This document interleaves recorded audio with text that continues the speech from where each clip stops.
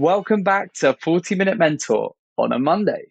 As a seasoned listener, you'll notice this isn't our usual Wednesday morning slot, and that's because we're launching a special new format today. We won't just be bringing you amazing mentorship from the most inspiring purpose-driven founders, world-class investors, and Olympic champions on a Wednesday, but you and I will get some one-to-one time every Monday morning for 4 minutes of career advice and founder mentorship with yours truly. So if the thought of listening to me for 4 minutes every Monday hasn't made you switch off yet, these mini episodes are inspired by the frequent questions we get asked by candidates, clients, and aspiring founders. We're also going to be talking about some of the most important topics that come up in the episodes of this series. Today's topic is resilience. Now, many of you may think I come across as a really confident person that really has my shit together, but that is not the case.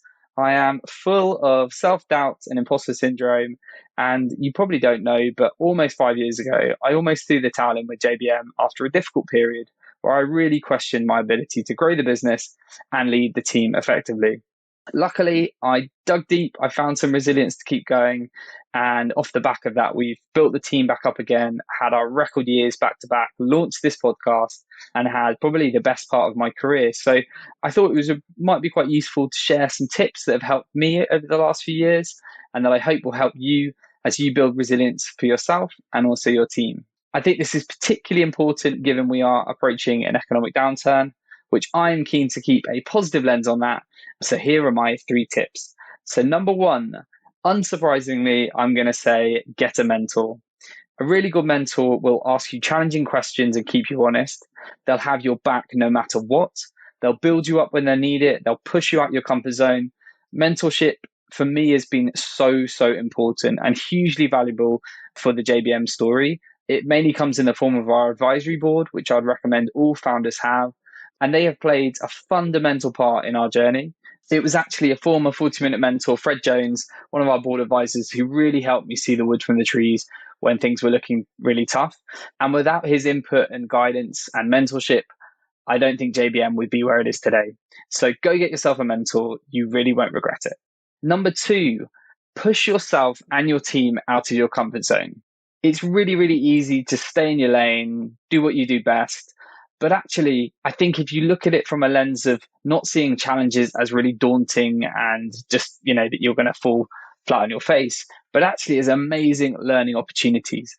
Some of the very best people that have come on this podcast haven't been necessarily the most confident or the most brilliant at what they do, but they've always had a growth mindset and they've embraced all the learning opportunities. And part of that has been pushing themselves to their limits and trying new things.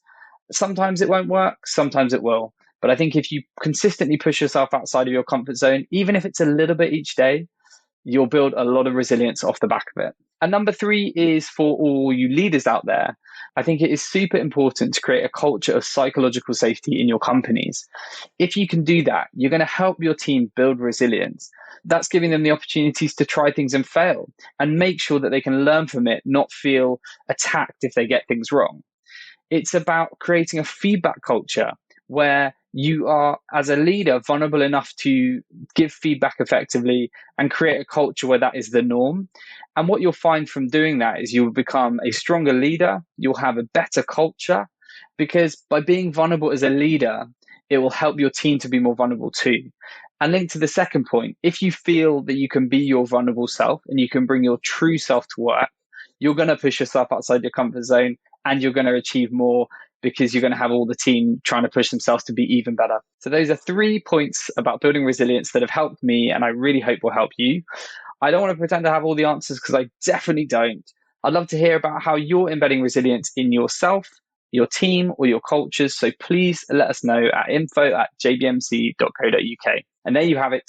A mini episode on resilience. This is actually a topic I get to speak a lot about to the incredible Baroness Tanni Grey-Thompson, Great Britain's greatest ever Paralympian. And she is going to be kicking off 40-Minute Mentors 8th series this Wednesday. So to hear more from Tanni, don't forget to tune in on Wednesday to get your weekly dose of pocket-sized career mentorship. See you then.